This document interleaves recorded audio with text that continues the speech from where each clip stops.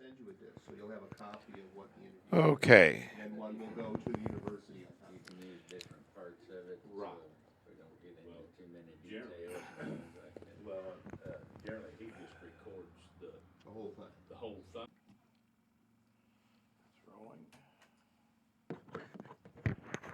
Okay, this is the 14th of March, 2012. We are at the Railhaven Motel in Springfield, Missouri, interviewing Edgar Lippman of 948 South Delaware in Springfield. Doing the interview is David Winkler and Tommy Pike from the Route 66 Association of Missouri. Okay, well, in 1937, my father and his brother, Elwin Lippman, my father's Lawrence Lippman, started building 8 units for Railhaven Court, I think it was called then. And they were at the corner of St. Louis Street in Glenstone, which was also the corner where we ended up with highways 60, 65, 66, and then a few years later 166, which was a kind of a extra space to take up the traffic, the heavy traffic on Highway 66 between Springfield and Joplin. And that was one of the best motel locations in the United States for quite a few years.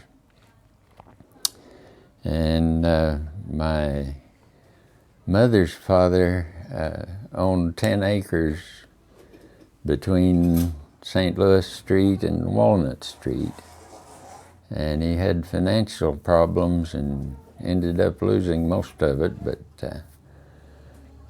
my parents, with the help of my mother's sister, got together enough money to pay back taxes and back expense liens against the property for paving roads that my father had sold lots off of. And they ended up with enough, I think it was about 4.5 acres, I'm not sure on the exact amount, here at the corner of St. Louis and Glenstone. And it had a real small gas station and a wood frame house that was way back. It actually faced on McDaniel Street, where it dead ends into the property. And it was way back away from Glenstone and back away from St. Louis Street. And that's the property that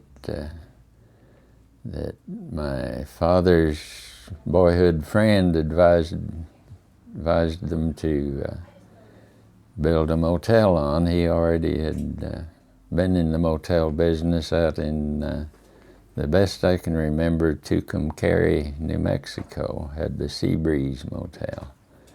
Mm-hmm. And then he later on was a big investor in several different motel chains, and had several motels of his own, and his brother was in business with him too.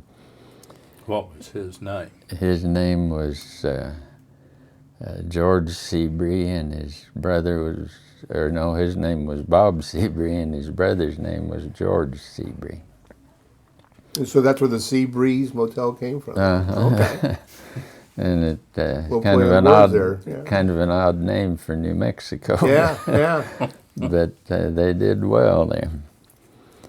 And so my father and his brother decided they'd go into partnership, and they were already in partnership in what had been their father's printing business. It was down on St. Louis Street, just a couple of blocks off of the square. Or down on South Avenue, I should say, just a couple of blocks south of the square.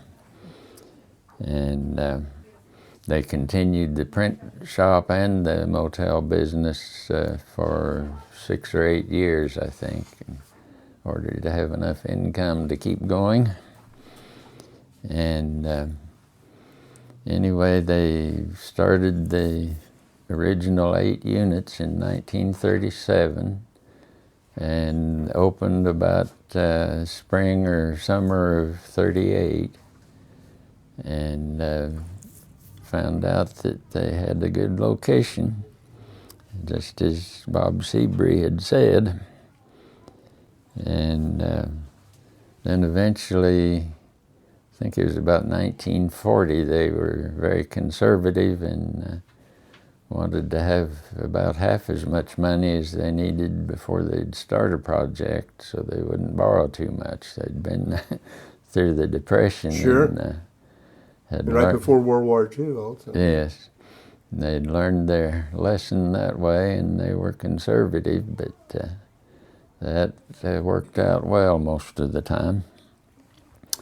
But in about 1940, they built 8 more units.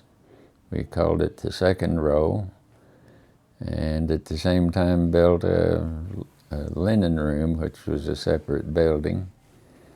And then later on, maybe just about a year or two later, built a workshop, kind of a maintenance shop, and my uncle eventually put in a real small print shop in one corner of that, and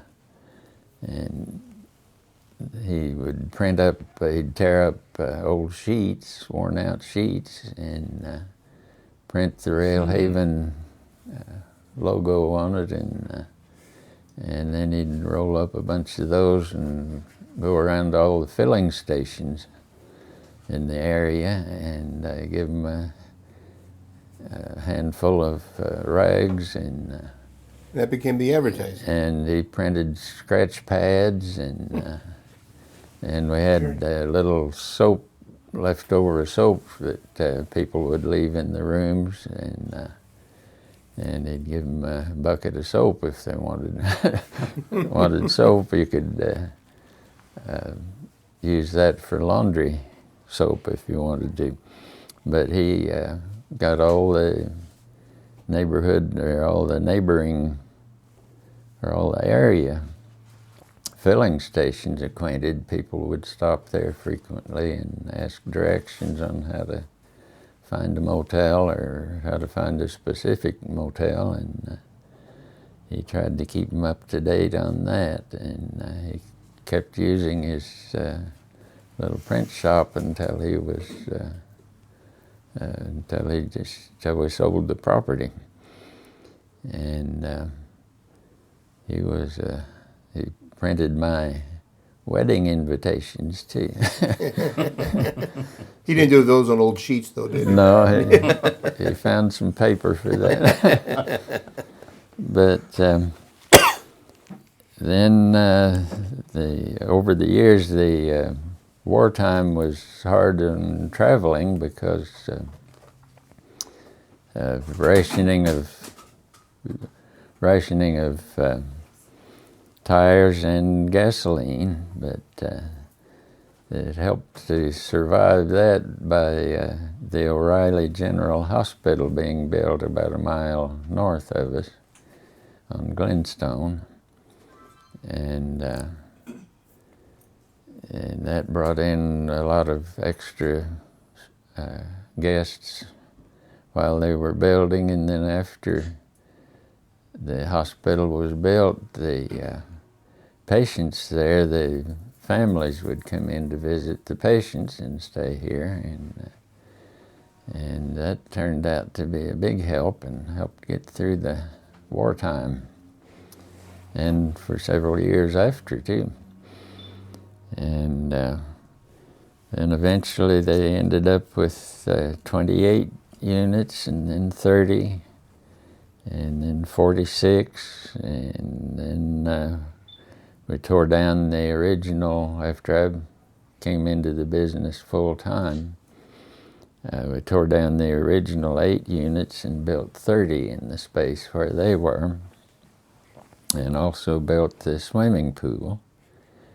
And then we filled in garages, and all the original 8 plus 20 more all had garages. And so we filled in garages and the space in between buildings, and ended up with 73 units by the time we sold out. And let's see here. So the swimming pool and that expansion was about 1957? Yes, about 57. And that's when I came on full-time after graduating from SMS. So did you work here during the summers and on weekends and after Yes, school and all that? even- What kind of things did you do? Well, started out when I was in grade school and in junior high. I'd rake leaves, and sometimes I'd have a friend who needed a job too, and we'd come out and rake leaves. And then as I got older, I did a lot of painting and exterior painting. We had lots of windows that were difficult to paint, and exterior trim. I don't recall that I did any interior painting, but did a whole lot of exterior and just general maintenance. I learned how to rebuild faucets and take care of dripping faucets and that sort of thing. Sure. And on the spacious lawn between the original 8 units and Glenstone, we had built a rail fence around it. That was where the name came from. And Was it always that name? yes, Okay.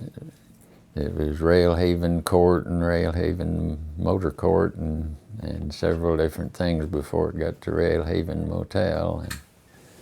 And now it's an inn, I guess, Rail or 66 Rail Haven. Something I can't even. The Were official you- name is Best Western Route 66 Rail Haven. Well, yeah. When did it become associated with the Best Western? Well, that's a story all its own. My father and a lot of other people along 66 recognized that it would help to have a list of motels, extra good, extra nice motels that were well operated and ones that they could recommend to their guests. And so my father and quite a few others worked hard and eventually came up with what was called the 66 list. And that eventually evolved into Best Western Motels. And a man named M.K. Girton out in Long Beach, California, took charge of the Best Western, and under him it developed and spread all over the western part of the country, and eventually even into areas east of the Mississippi. And eventually it got so big they divided that up into Best Western and Quality Courts, and they're both. Some people get mixed up between chains and associations, but both Best Western and Quality Courts, at least at the time I was in the business, were associations of privately owned motels, and not a chain. And that has been a big help to the motels that were members of that. They back then they could use the telephone to call ahead and make reservations for guests, and that worked out real well. And I guess nowadays they have computers and credit cards and all sorts of ways to do that same thing. But But the benefit is the same. That was a big benefit, and that M.K. Girton was quite an organizer for that type thing, and the Best Western grew, and they had conventions every year out in Las Vegas, and I attended one of those, I think, while I was still in college, and one after I was in the business full time, and that was an interesting thing. They had lots of informational programs, and lots of people selling things that motels needed, and the Best Western organization had lists of things that could be bought through them at a savings, and that helped a lot. You said that the Best Western idea came out of this 66 list? Yeah. Were those mostly motels on Route 66? Yes, that was Okay. entirely that to begin with, And from California to Chicago? the total length, I think, or as much of it as they could, the Right, volunteers right. could cover. And then when Best Western came along, they still had area people who would inspect motels that wanted to become members, and I did some of that after I became involved full time. And About how many motels were on that original list? Any ballpark number you can think of? I don't even know. I was hoping my brother probably has one of those lists, but, Okay. but I don't know. I'd guess could have been 40 or 50, but I don't know. That's just a wild guess. The research I've done with Best Western says 61. Well, 61. and your research verifies what I said pretty much. I would think it would. And But we are one of, depending on who you talk to, we are one of either 3 or 5 of those original 61 that is still a Best Western. well, All the rest have either gone by the wayside or fell out of favor with Best Western. well, I didn't know how that was by now, but I'm surprised there's that many, really. And I'm surprised that Gordon Elliott has really done a super job on keeping this motel up to standards and way above. So it's a pleasure to see that. But it's in the spacious lawn. It took a while, but we got over the years, added lots of trees and shrubs and flowers in the sycamore grove. And Tell us about that sycamore grove, how'd that come to be? my father, when he was in college, attended the University of California, I think in Sacramento, and was impressed with the grove of trees there, and we had the perfect spot for it here, and he had 12 sycamore trees hauled in and planted, and they were made quite an impressive group of trees. There's still 4 of the original trees remaining. And those came in 50 or earlier, 40s? Oh, it would have been in the 40s. In the 40s, okay. And an important part of the lawn area. But came along with the lawn chairs and flagpoles, or a flagpole, a tall flagpole, and the Civil War cannon that was homemade, and it just was. Tell us a little bit more about the cannon. It was homemade by my Uncle Elwin, and he had the help of a maintenance man. They made a barrel out of they made a form and poured concrete to make the barrel, and rough sawed oak to make a lot of the framework, and wagon wheels for the wheels, and he made several trips to the blacksmith to get hardware made up just right. How big was the cannon? Oh, it was about the size of a regular Civil War cannon. Okay. And then when he got it all finished, he painted it with black fibered roof coating and made it look like it was metal. And that was a really popular item with the children and adults. Adults would stand there and have their pictures taken, and the children would climb all over it and play with it like they were in the Civil War, I guess. Whatever their imaginations could come up with. How long did that stay on the property? Well, it was still there when we sold it to Ward Chrisman, but I think it deteriorated, and especially the wagon wheels rotted, and I don't know whatever happened to it, but it could have been rebuilt very easily, but evidently wasn't. And you said that it would actually shoot tennis balls and stuff? Yes, it was designed a way that you could put about 1.5 foot long pipe in there, and with a firecracker and tennis balls or aluminum cans for ammunition, and from underneath the front part of the barrel you could light the firecracker, and it was quite a thing. That my uncle spent a lot of time designing and building that, and that was proved to be really popular.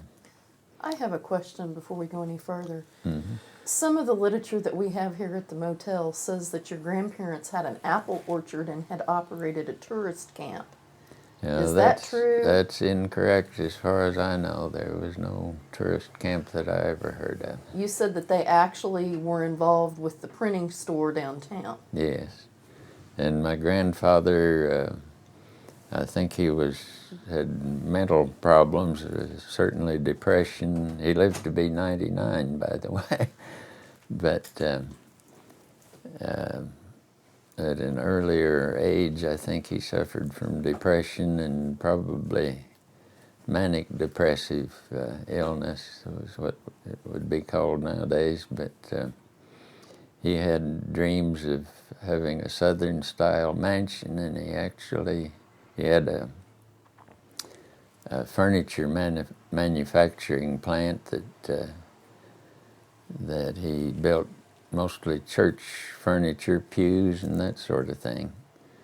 And his sons, he had 2 sons, 2 oldest sons were in business with him, and they actually started and built a big mansion type home, but it never got finished. The financial problems came along, and he never finished. One of the oldest son, while he was putting on the roof of the home,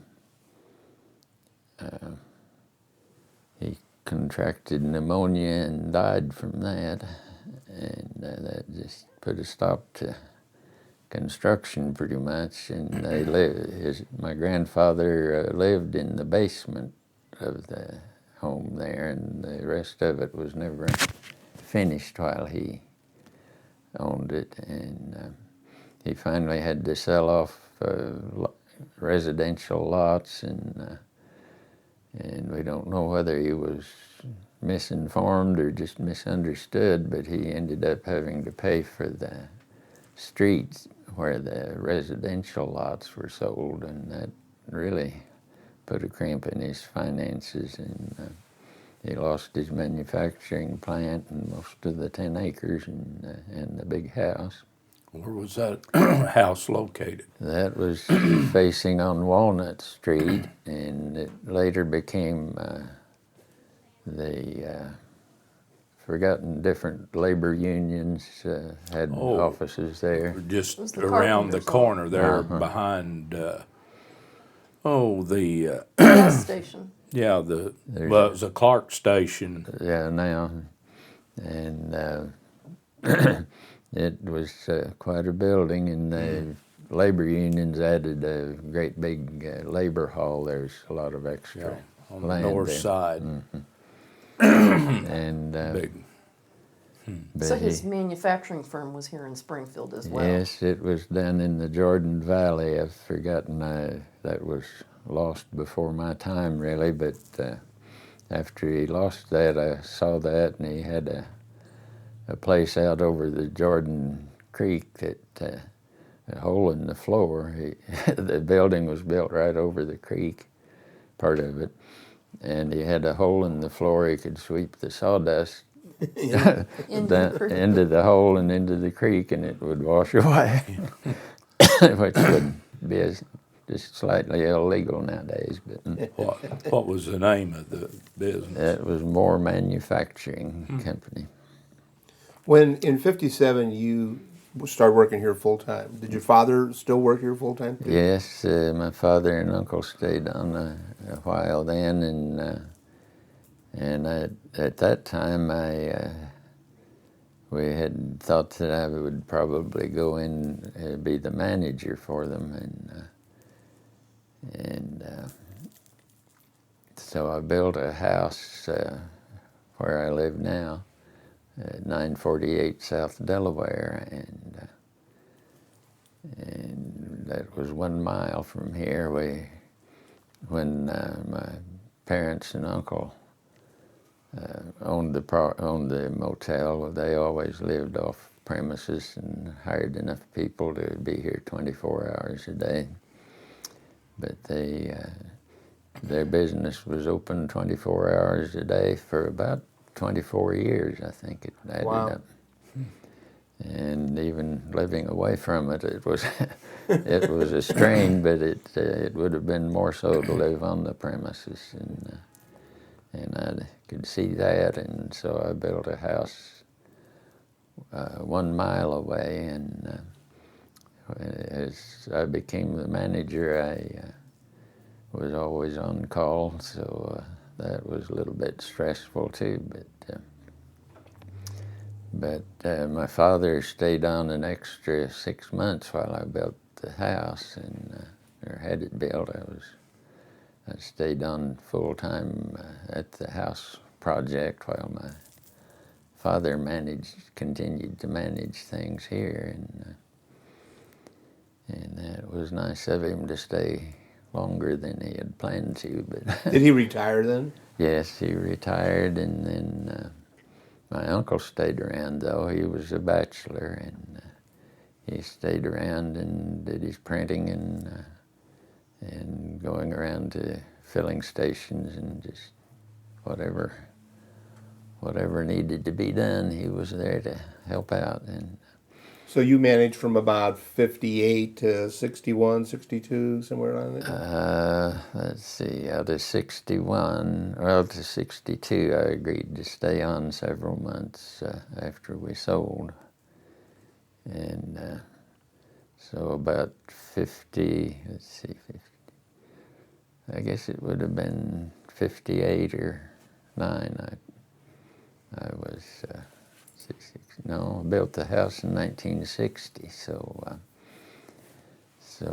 part of 1960 and 61 I stayed on, and they decided to sell rather than try to continue. Things were getting complicated and a lot of competition going in, and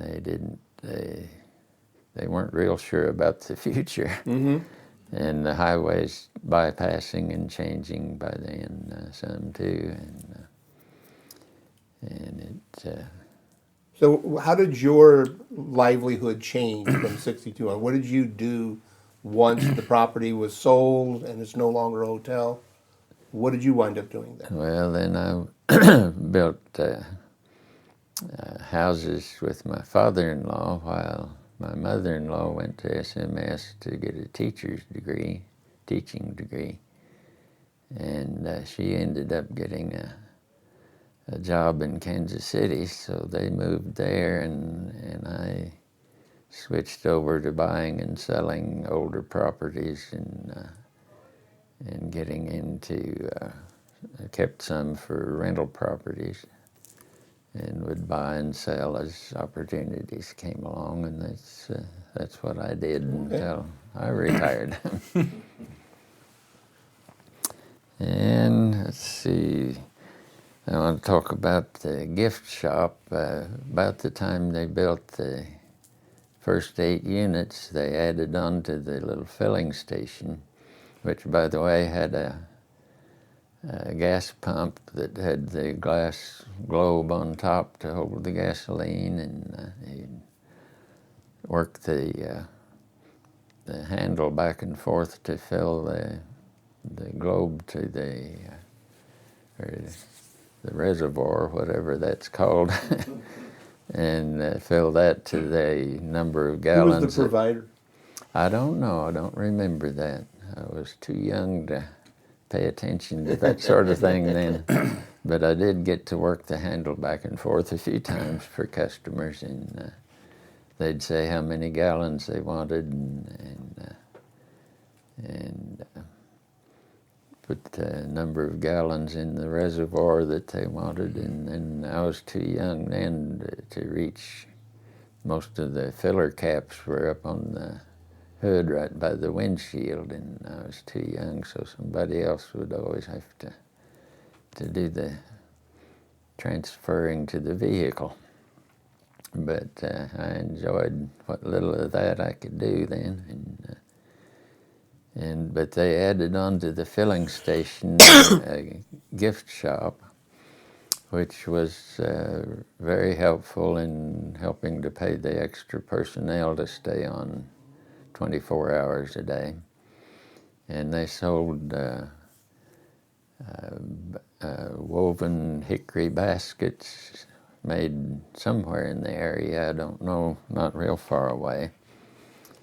Probably some of them up by the Lake of the Ozarks.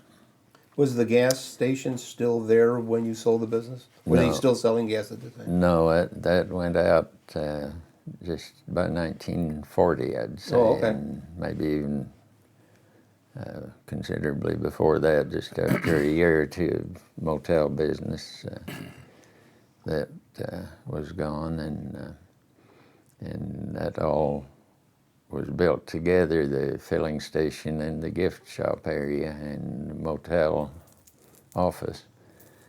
And we sold baskets, woven baskets, and concrete pottery, which was dipped in all different colors of paint, and that made quite a display. The building was made in such a way that they could have a row of pottery on 3 sides of the building, up on top of the building, and the walls extended on above the roof area, and they'd bolt the pottery all the way around about, I'd guess maybe 2 feet apart, all different shapes. They were lawn planters and that sort of thing that could be used outdoors. Bird baths. Yeah, bird baths and just anything they could make out of concrete. And that came from up around Camdenton. And then they had Camark Pottery. It was a brand name from Camden, Arkansas. And had pralines made locally, fairly close by. And they were walnut pralines and pecan pralines. The black walnut, which is native to the area, and they were ingeniously packaged in 15-ounce packages, boxes, so they could be mailed for less than a pound. And my uncle was the official wrapper and packager of all the gift shop items that people wanted to ship home or to friends. And Were the pralines called Rail Haven pralines? No, they were a different brand and sold widely around the area. You don't remember the name of the brand? I could not tell you that. And Did the station just sell gasoline, or did they have a service bay also? well, before the motel times, they had what was called a grease pit, where the car would drive up over the pit and they'd go down steps and under the vehicle, and they could do grease jobs and oil changes and that sort of thing. But it was a very small station, and that was an outdoor grease pit. So it was limited, and about the time that station left, I think his name was Rex. I wrote that down somewhere. But anyway, Rex Wilson. And he later ended up with a standard station on College Street, if I remember right. And then about the time our station closed, the Sandy's standard service right across the street, which was a nice addition to the area and to our business, because travelers could put their car over there and have it serviced while they stayed with us, and that was real handy. And not too long after we started, there was I've forgotten what year that was, but the Manhattan Dinner House went in across the street, and the building is still there, a red brick building. And they served fried chicken and steaks and I assume some kind of a breakfast menu and lunch menu, and that was very nice and a really big help. My parents, for the entire time they owned the motel, they talked about building at least a small, and there was, about to forget, there was a small diner, Bracken's Diner, across the street right next door to the standard station, and that was handy for travelers and employees and me. They had good hamburgers and vanilla, or not vanilla, but all kinds of shakes and malts, and they had other things too, but it was one of those real small diners that had about 8 stools, swivel stools, and a counter, and they just survived there real nicely and helped us out by being there. You said your folks talked often about putting a diner, restaurant in. Never Yeah, happened? either a diner or a restaurant, and they never did do it. After I came here full time, we didn't have a restaurant nearby, a restaurant or a diner, and I drew up plans, but or rough plans for a motel where our south addition, 12 units was, and my plan was to, depending on the size of the restaurant, tear down either 4 or 8 or all 12 units in order to have enough parking. And my uncle especially just couldn't stand the thought of tearing down 12 units because there were times when we really needed those. But we could have built a 4th row of units if we had wanted to. But about that time, business competition and just the general, I guess my uncle especially, he was a bachelor, and he'd spend 12, 14, 16 hours a day here, and he could see I wasn't planning to do that. So altogether, they decided to sell, and ended up selling to Ward Chrisman, who built the Sycamore Inn restaurant, and then right away built built the spaces in between the buildings and filled in the garages and added, I think, 20 more units and ended up with 93 units. Is that what you have now? We have 98, but we can only rent 93. Well, ADA requirements preclude us from renting a couple of rooms, and then we've got a couple of rooms that just have some faults with them that we can't get them where they'll pass health code. well, didn't know that part of it, but When did the interstate bypass start affecting business here? Do you remember that? oh, I really don't remember the years, but it did affect it. Yeah, right. The 65 bypass had a big effect. Yeah, that's when they opened it. Well, 63, they opened it from Glenstone west to Mount Vernon, I believe it was, or down there to Halltown, Right. where 96. They had opened 4466 from Glenstone Cloverleaf, which they've just Right. redone the last 2 or 3 years, east, and from there to Stratford was Interstate 44 because it was limited Right. access from the start, and from Stratford on it was 66 because the eastbound lane was old 66, and that was in the fall of 60 they opened that. But everybody that came down 4466 had to get off at Glenstone and come over to here and go, or down Kearney Street to get I out. think it might have been down Kearney then. But we were always on Business 66 and business routes of the other highways, I think, for When- a lot of years. Do you remember when they built the overpass here? I was trying to think of that in preparation for this, and I don't have a memory of the time before the overpass, so it must have been real close to the time they opened the first 8 units, which would be 38 What or I've read 40. is 39 is when they built that, and they built that because of the railroad tracks that went Yes. through there. Yeah, that was quite a Had a lot of wrecks. inconvenience.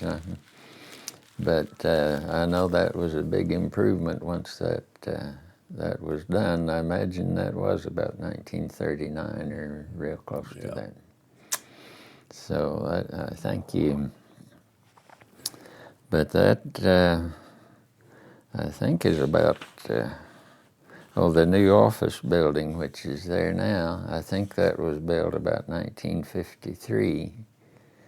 And the novelty about that was that it had the automatic door, which most department stores didn't even have then, but like in St. Louis, places like that, they had such things, but around here that was a novelty, and people appreciated that too. They didn't have to open the door to get in or out. So When did they build a swimming pool? that was along with the front row, we called it, and that would have been 50. Let me think here, 59 or somewhere close to that. I can't even pinpoint that now. Do you remember anything about what they call the wreck of 52 Yes. that took out your sign? Yeah, that damaged it a little bit, but it didn't, it was still in use after that anyway. But that was really made headlines for a while around here. A truck lost its brake capabilities and came down off of the overpass and hit a car and then ran up a utility pole right there by the sign and affected the sign some, but it was repaired enough to continue on for quite a few years after that. And I was sorry to see that old sign go. Well, it kind of belonged out there on the corner. It did. I don't know. They may have had to widen the corners when the sign was changed. It was changed over to a smaller sign. I'm not sure why that was discontinued, because that was a good sign. You mentioned 166, and it I don't know just where Can't- where it started. It may have started right here at the corner of Glenstone and St. Louis. that was but- what I was wondering, and went right out south. No, it went on Glenstone Oh, did it? To to the Sunshine and out. then on out that way. It and- followed 60 highway business route more than Yes, and it relieved a lot of the congestion on Highway 66, and it was a better road too. And we'd recommend our guests go that way to Joplin. that's what actually. Let me see, this side of Mount Vernon down there, when you look over across the field there's a low spot in the bridge, and there was, you can see that was 166, and it come up, and they've cut it, and then on the north side of 44, it runs into Mount Vernon down there. And I remember one time we were coming back from Coffeyville, Kansas, and a gasoline tanker had run off that bridge. It was over there and burnt up and killed the driver and all, but that was all burnt in there. And I was a kid, and I remember the truck was still laying there on the edge of the field where he had run down the embankment and turned over and burnt. Yeah. That'd make quite a fire. Yeah, and it went into 166 went through what they call Fidelity Corners down there, just east of Joplin and on into Joplin through Dunnewick and that way. Yeah. And now that's 66 because of 44. That's marked 66 down there now. Yeah, I've lost track of all the changes in the highway markings, but they did a lot of changing over the years anyway. Do you remember anything about the other motels that were in Springfield? Like, for instance, in working with Route 66 guests, we get a lot of guests who come in here who are confused between the Rail Haven and the Rest Haven. Yeah, there was a lot in the New Haven. And the New Haven. The New Haven was almost an identical copy to Rail Haven, the front 8 units. And it had a hedge around it instead of a rail fence. But a lot of people were confused that way, and the Rest Haven the same way. And I think Rail Haven was the first of those two, but I could be wrong on that. But there's the Rest Haven has been a very successful motel, and the New Haven was for a lot of years. It was closer to O'Reilly Hospital than we were, so it had closer access to that. But there were a lot of guests that were confused that way. The New Haven, was it the one that was owned by the Duggins? Yes. Later become the Ship and Anchor, wasn't Yes, it? that's right. And then Mary and Hillary Brightwell owned the Rest Haven. Yeah. When you opened this place in 37, how many hotels or motels were there in the area?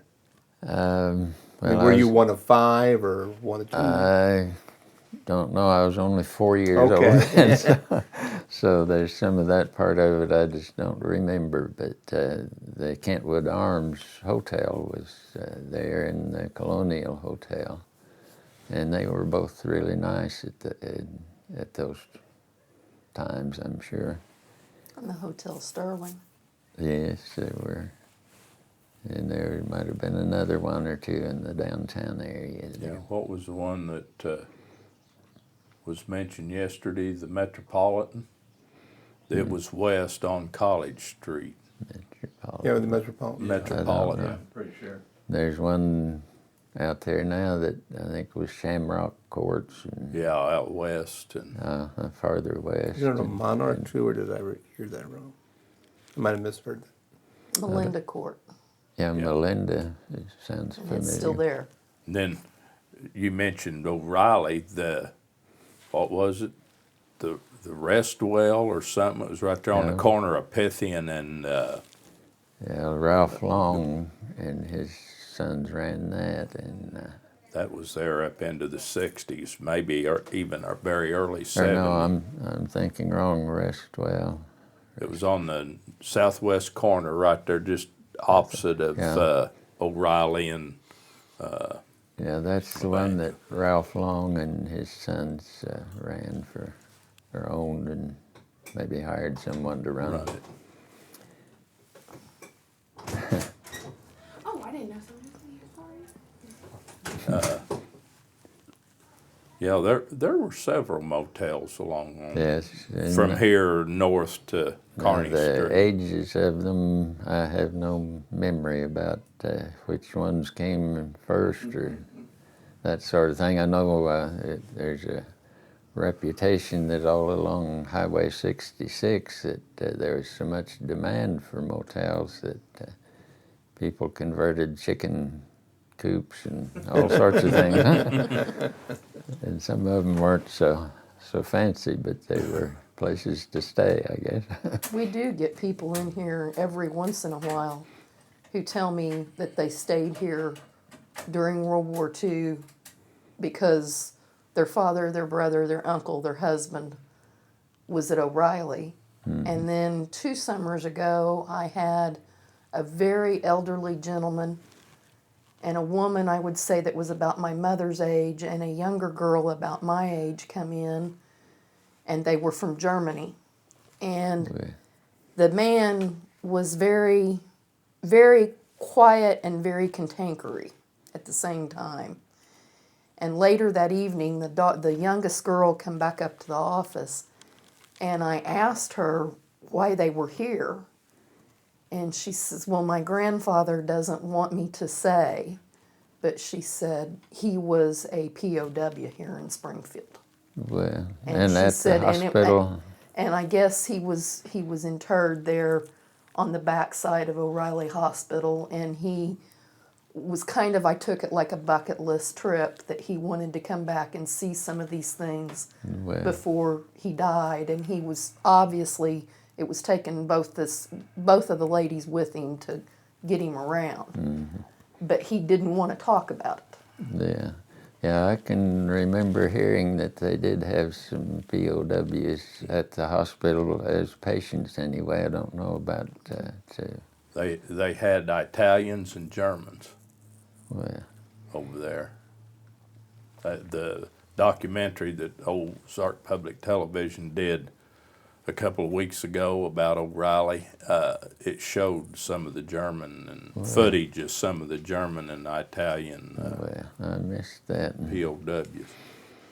Yeah, that's quite a thing. Oh, and there's one more thing about the gift shop that I wanted to add that would still be a good thing nowadays, except that shoplifting is a problem, a really big problem, and it just almost unheard of years ago. And employee theft was almost unheard of back then too, and it could be a problem. Some places it really is, but that just wouldn't be possible the same way now that it was then. When did you put TVs in the rooms? Well, fairly early, as other motels did, we put motels in, or put TVs in all the motel rooms, and that was popular. We had the kinds you had to put quarters in to watch, and that was one of my jobs, to go around and take out the quarters and make sure they worked all right and were tuned in good. But that quarter part of it was kind of unpopular. We did away with that. How long did you get for a quarter? Get an hour? Probably an hour, but I don't even remember that now. Had vibrating beds, I assume, for a quarter. No. No, didn't have that. Had Simmons Beauty Rest mattresses. That's another thing about the original 8 units and the every one after. We had Simmons Beauty Rest mattresses, and that was a popular thing to have a comfortable mattress. And we had walnut furniture, solid walnut furniture, and Did you always have showers, or did you start with tubs and worked up to showers? see, the first 8 units had ceramic tile showers, and the second row that we're in right now had ceramic tile showers, and the South Addition had ceramic tile showers. But then when we built the third row, 16 units, it had combination tub and showers. Those rooms also have the 3-piece pier mirrors in them and the beauty vanities in them, which Yeah, are different from the other rooms. That was quite a welcome thing to the ladies back then. They liked their dressing room and 3-way or 3-angle mirrors and the little vanity built-in countertops, and that was pretty fancy for its day and time. When did you put in air conditioning? Well, had window air conditioners as soon as they became available and widely sought after. Had window air conditioners in every unit. And when we built, I guess, the third row, the 16 units, we put in a boiler room that had hot water, circulating hot water heat, and cold circulating water to cool. And then the front row had, the new front row had hooked up to the same boiler room. And this, when we redid this second row, it was hooked up to the boiler room too. But I see now it has little individual units right under the front window. So things have changed a lot. Do you remember any famous people that stayed here? Oh, there were several. Let's see. It's been so many years now, I don't right offhand recall one. But there were numerous famous people. Might state that this interview is in room 209. Because I'd also add that your daughter is in present. 2 or 3, in 20 or 30 years, somebody may be researching this and wonder you're where- saying the second Oh, row, yes. but there's several rooms in the second Yeah. row that this interview was done. Yeah, but we do need to add that Tanya Pike, who currently works, especially with tour groups at the Rail Haven, so she's contributing. I forgot to say that. The business is, I imagine, changed, but yet it's still the same too. Well, What? a whole lot the same. Same. I mean, someone looking for a room, Yeah. a good clean room, and some place to stay, and that's basically what it is. But the computer hookup and That TV and I guess pay televisions was a forerunner of cable television. that Do you remember the rates when you were younger? Yeah, the first units I remember were $4.50 or less. They might have been less for like a traveling salesman or something like that, but So you had business rates all the way back then, huh? yeah. And especially here in the second row, that we had 4 units that were small, built just for salesmen. This unit we're in was 2 rooms or 4 units like that, and the 4 small rooms were for salesmen, and by that time you might have charged as much as $5.50 for a traveling salesman. big prices. But That has changed. but it seems like sometime in the process, I also remember rates as low as $3.75, but I might be wrong on that. Well, I do remember traveling in the early 50s with my family, and Holiday Inns, which were beginning to be pretty prevalent then, were way out of the ability of my family to stay at a Holiday Inn. That in many places did not have air conditioning or anything like that. So when things like Best Western came along, they were more reasonably priced than these Holiday Inns, or what was the one with the little sleepy bear? Travel Lodge. Travel Lodge. Travelodge, yeah. They all cost more. And so finding a chain that you could rely on rather than just have to. I remember going in every room and checking it out. My aunt would never stay anywhere. She didn't check that room out and flush the toilet and look for. I mean, she was good at this stuff. Look for roaches and bed Yeah, bugs and right, yeah. who knows what. And but then when you came along with something like Best Western, it became much more predictable. We had a lot of guests who would check in without checking the room first, but we Wasn't my aunt. always Wasn't my aunt. No. you always have a few that check. Well, let me ask you, the Best Western was a group of individual owners of motels. Yes. Now that was kind of like what AAA was too, wasn't it? But they even branched over restaurants and such could get AAA rating. Best Western never did that, did they? Did they?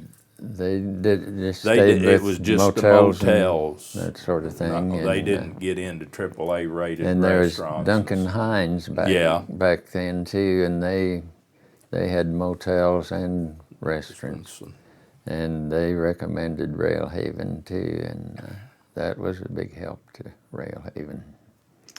I'm thinking Davidson's Cafeteria down here was a Duncan Hines. Probably was. And supposedly that's how he started. He'd go around, you didn't know what he was, and he'd go in and order a meal and check the service and the food, and they didn't know who he was, and then he would rate them, and you had to be on, if you... I'm sure you had to pay him too. Yeah, well, that might have been true too. I've forgotten. I think probably did, but it wasn't a big fee, and we sold a lot of Duncan Hines books that had listings of all their A travel guide. recommendations. We sold a lot of books. You made a reference to the fact that the room we're in is a 2-room suite, and that you had small rooms that were for salesmen. And I find that kind of interesting because today we call these 2-room suites family suites, and we actually rent a lot of these to traveling salesmen because they can put their personal stuff in the back room and lock it, and they can have business transactions in this outer room. Well, We don't rent very many of the little bitty skinny rooms over here to salesmen at all. well, I'm surprised at It's kind that. of just reverse of what you're saying. That's very interesting. That is. That's a nice adjustment to the times, though, too. Well, Mr. Lippman, thank you very much. Anything you'd like to say in conclusion or a summary of your experiences along Route 66 or at the Railhaven? Well, I enjoyed my years in the motel business, but I'm glad I'm not in it now. That's a good way to end it. Thank you very much.